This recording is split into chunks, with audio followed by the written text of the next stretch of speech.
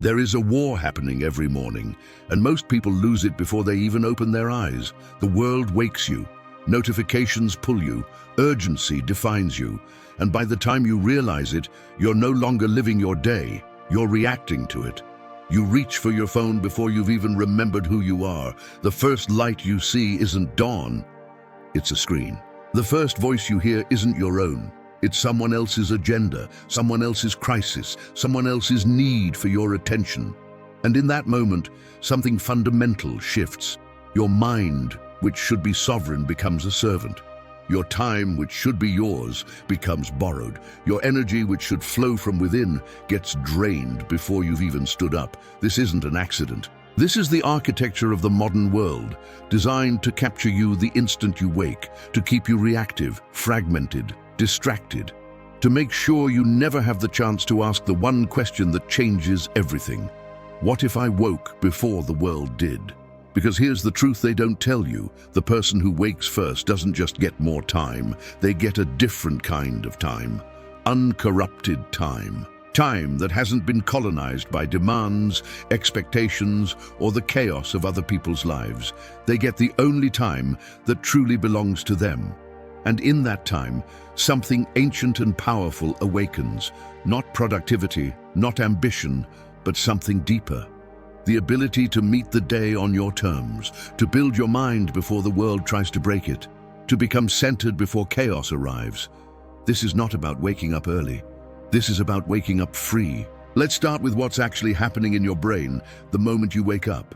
Your cortisol levels are naturally elevated in the early morning. This isn't a problem, it's biology. Cortisol is meant to wake you, to sharpen your focus, to prepare your nervous system for action. It's part of what Andrew Huberman calls the cortisol-adenosine cycle, the rhythm that governs alertness and rest, the natural oscillation between energy and recovery. But here's where the system breaks. When you reach for your phone within the first hour of waking, you don't just check a message or scroll a feed. You trigger a dopamine spike that wasn't supposed to happen yet. You flood your brain with novelty, urgency, and stimulus before your prefrontal cortex, the part of you that thinks, plans, and chooses, has fully come online. And dopamine doesn't care about your goals. It doesn't care about your intentions. It only cares about what's immediate, what's new, what promises reward right now. So your brain learns a pattern. Wake up, seek stimulus, get reward. Wake up, seek stimulus, get reward. Over and over until the morning is no longer a moment of possibility. It's a reflex, a conditioned response. You're not choosing to check your phone. You're compelled to. This is the ambush. You think you're starting your day, but your day has already started you. Your attention, which should be yours to direct, has been fractured before you've had a single original thought.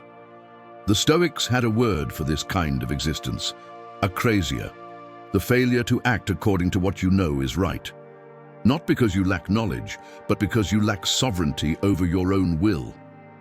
Epictetus asked a question that echoes across 2,000 years. How long will you wait before you demand the best of yourself? Not tomorrow. Not when conditions are perfect. Not when you feel ready. Now. This morning, in the first hour you possess, because the morning isn't just time, it's territory, and right now you're giving it away without a fight.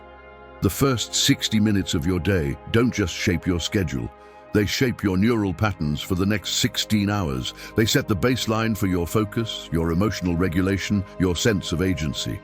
If you begin in reaction, you will live in reaction. If you begin fragmented, you will remain fragmented.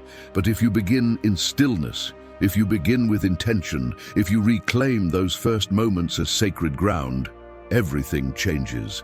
The question is not whether you have time in the morning.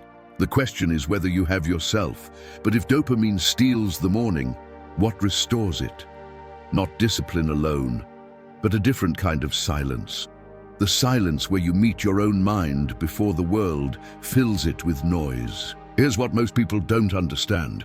Your first thoughts are not passive. They are not innocent. They are architectural. They are the foundation upon which the entire day is built. Joe Dispenza's research on neuroplasticity reveals something profound. Thought is not abstract, it's biological. Every time you think a thought, You fire a specific pattern of neurons, and every time you repeat that pattern, you strengthen it. You carve neural pathways deeper into your brain, like water shaping stone over time. This means the thoughts you have in the morning, when your mind is most malleable, most open, most undefended, are literally reshaping your brain. If your first thought is anxiety, you prime your amygdala for threat detection. If your first thought is distraction, you train your prefrontal cortex to fragment. If your first thought is resentment or comparison or inadequacy, you embed those patterns into your nervous system before the day has even begun. But the reverse is also true. If your first thought is clarity, you strengthen the circuits of focus. If your first thought is gratitude, you regulate your emotional baseline. If your first thought is intention, a deliberate choice about who you want to be today, you activate the very parts of your brain responsible for self-control, purpose, and meaning. The Stoics understood this long before neuroscience could measure it.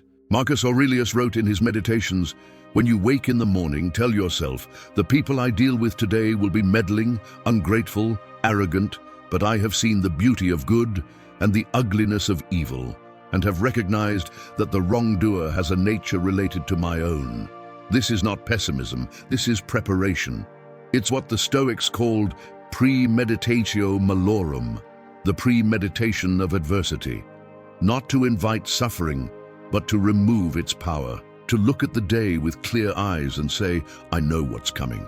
I know people will disappoint me. I know things will go wrong. And I choose in advance how I will meet them. This practice transforms anxiety into readiness. It turns the unknown into the expected. It gives you a psychological advantage that most people never access, the ability to face chaos without being destabilized by it. Because here's the truth. You cannot control what happens to you today, but you can absolutely control the mind you bring to it. The morning is not just time, it is mental real estate. And right now, most people are letting squatters move in. Random thoughts, inherited fears, cultural conditioning, the unexamined debris of yesterday. But you have the chance to be an architect, to choose deliberately what thoughts you allow to take root, to construct the mental framework that will carry you through disorder, distraction, and demand. This is not about positive thinking. This is about sovereign thinking. It's about understanding that suffering does not begin with circumstances. It begins with unexamined thought. And if you can build your mind before the world intrudes, if you can claim the first thought, the first intention, the first choice, you reclaim something most people have forgotten they ever had. Your own mind. And yet, even with a prepared mind, chaos will come. The question is not whether you will face disorder, but whether you will meet it centered. Jordan Peterson speaks often about the necessity of confronting the dragon of chaos voluntarily, not because chaos can be eliminated, but because it cannot. The world is, by nature, unpredictable, unstable, resistant to your plans. But here's the paradox. The more internal order you create, the less external chaos can destabilize you. The Stoics knew this. They called it living in accordance with logos, the rational order that governs the cosmos. Cleanthes, in his hymn to Zeus, described the universe as a structure of reason, a pattern woven through all things. To live virtuously, he said, is to align yourself with that order. Not to fight reality, but to harmonize with it. And the way you harmonize with reality is by creating order within yourself first. This is why ritual matters. Why routine is not the enemy of freedom. It is the foundation of it. Neuroscience confirms what the Stoics intuited. When you establish predictable patterns in the morning, a sequence of actions that remain consistent, you lower your baseline cortisol. You reduce the cognitive load of decision-making. You free your prefrontal cortex from the exhausting work of figuring out what to do next, and you redirect that energy toward what actually matters. Predictability in the morning creates a psychological anchor. It tells your nervous system, you are safe, you are stable, you know what comes next. And from that stability, you gain the capacity to improvise, to adapt, to respond to the chaos of the day, not with panic, but with presence. Seneca wrote, "Begin at once to live, and count each separate day as a separate life. Not tomorrow's life, not next week's. today's, and the way you live today begins with how you meet the morning. Most people wake up and wait for the day to tell them what to do. They let urgency dictate their priorities. They let other people's needs colonize their time. They react, adjust, accommodate, until they reach the end of the day and realize they never once acted from their own center. But when you wake before the world does, you reverse the equation. You don't wait for the day to shape you. You shape the day. You decide in advance what matters. You establish the structure that will hold you when everything else is falling apart. You build the morning as a rehearsal for autonomy, a practice ground for the kind of freedom the Stoics spoke of. Not freedom from responsibility, not freedom from difficulty, freedom of choice. The ability to say, I may not control what happens, but I control who I am in the face of it. This is the Stoic geometry of a sovereign day. Internal order creates external resilience. Structure creates spaciousness. Discipline creates freedom. Because chaos is not the enemy. Chaos is inevitable. The enemy is disorder within, the fragmented mind, the reactive self, the person who wakes up already defeated because they never took the time to become whole. So you rise before the world. You think before you react. You order your mind before the day disorders it. But there's one thing left, the thing most people never touch. Silence. Not the absence of sound, the presence of self. Most people are terrified of it.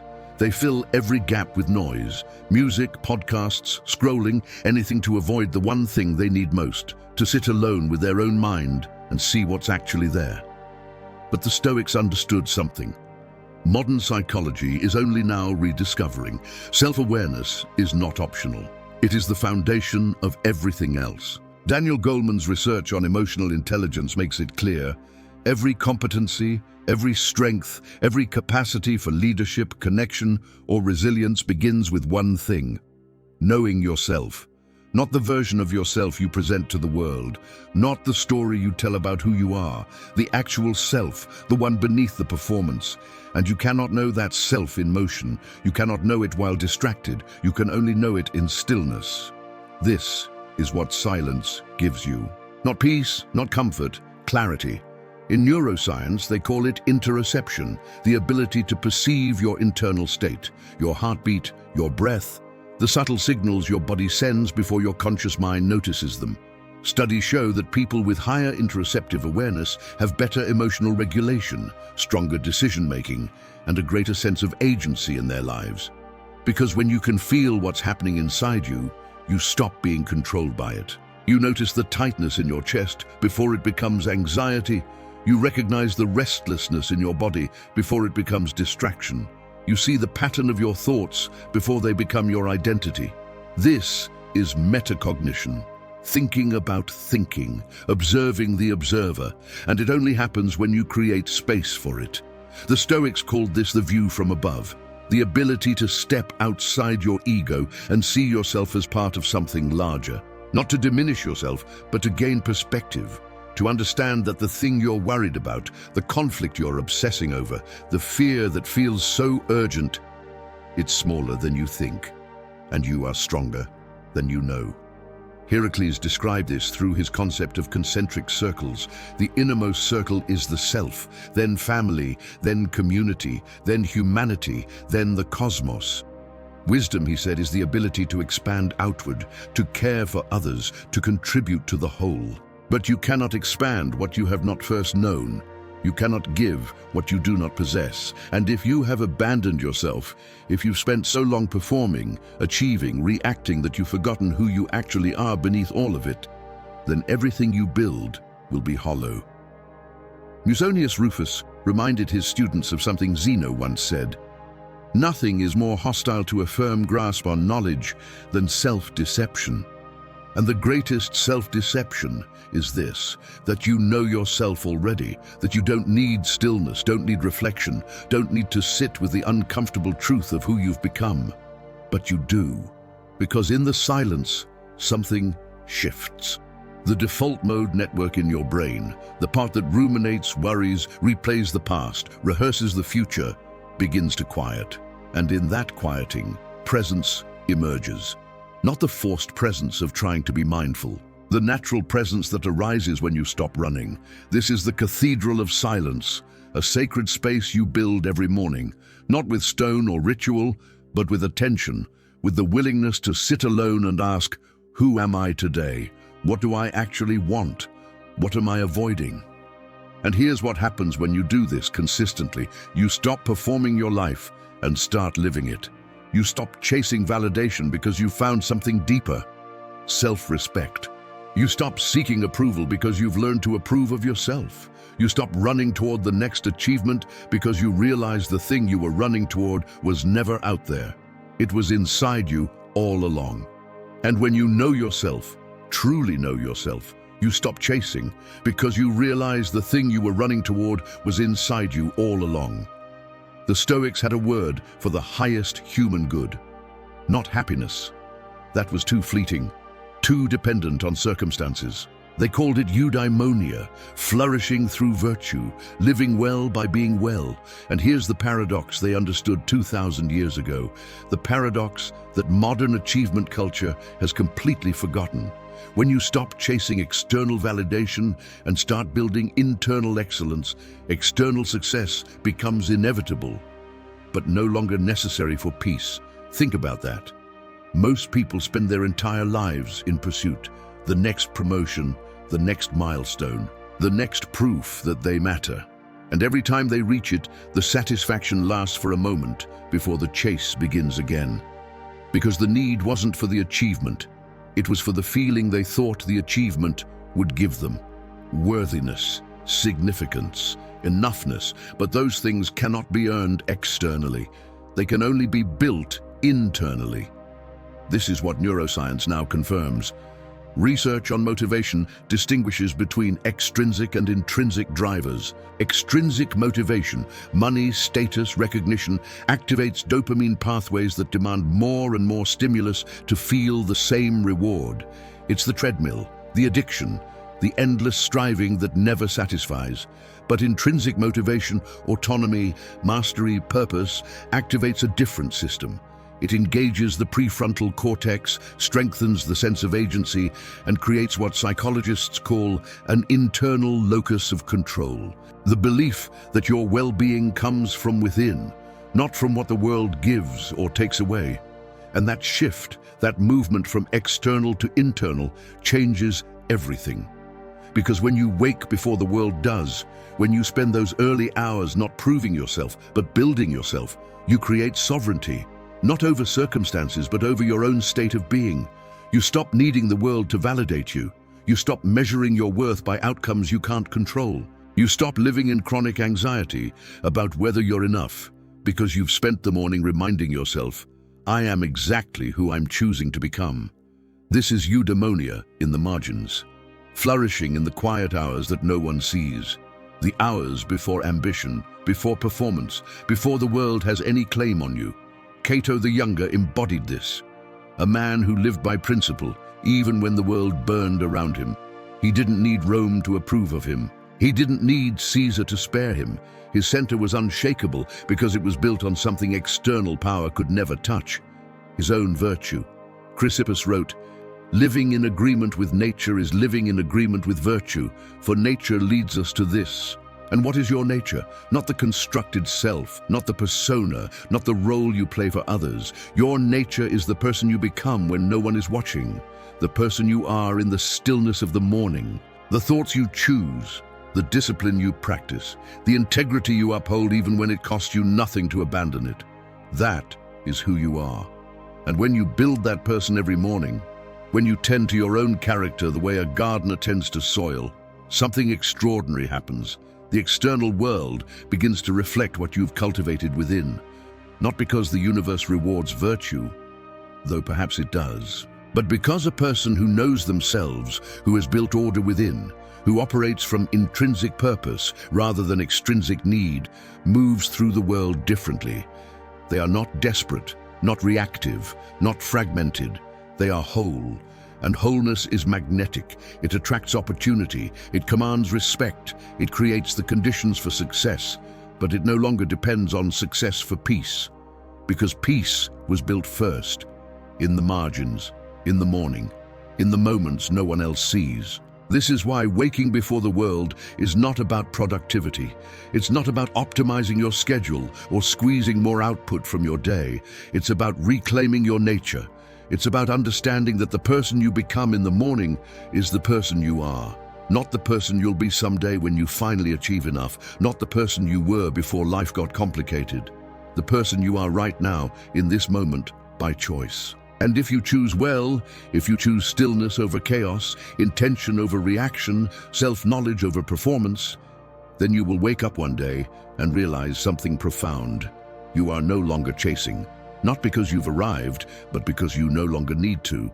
Tomorrow morning, the world will try to wake you again. It will pull, it will demand, it will seduce you with noise, with urgency, with the illusion that everything out there matters more than what's in here. But you will already be awake, not because you had to be, but because you chose to be. And in that choice, you will find something the world can never give you: yourself.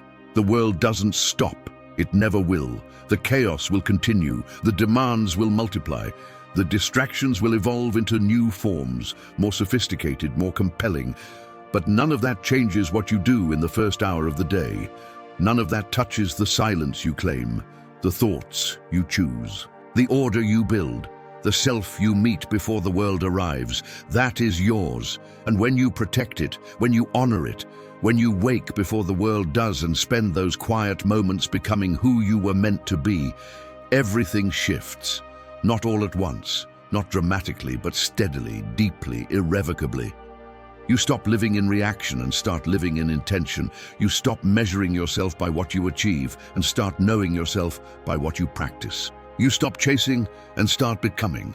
And one day, you'll look back and realize the person you were searching for, the life you were running toward, the peace you thought you'd find someday. It was always here, waiting in the margins of the morning, waiting for you to wake up. Silence. No music, just breath. Fade to black. Strength in stillness. Power in discipline. Wisdom in action.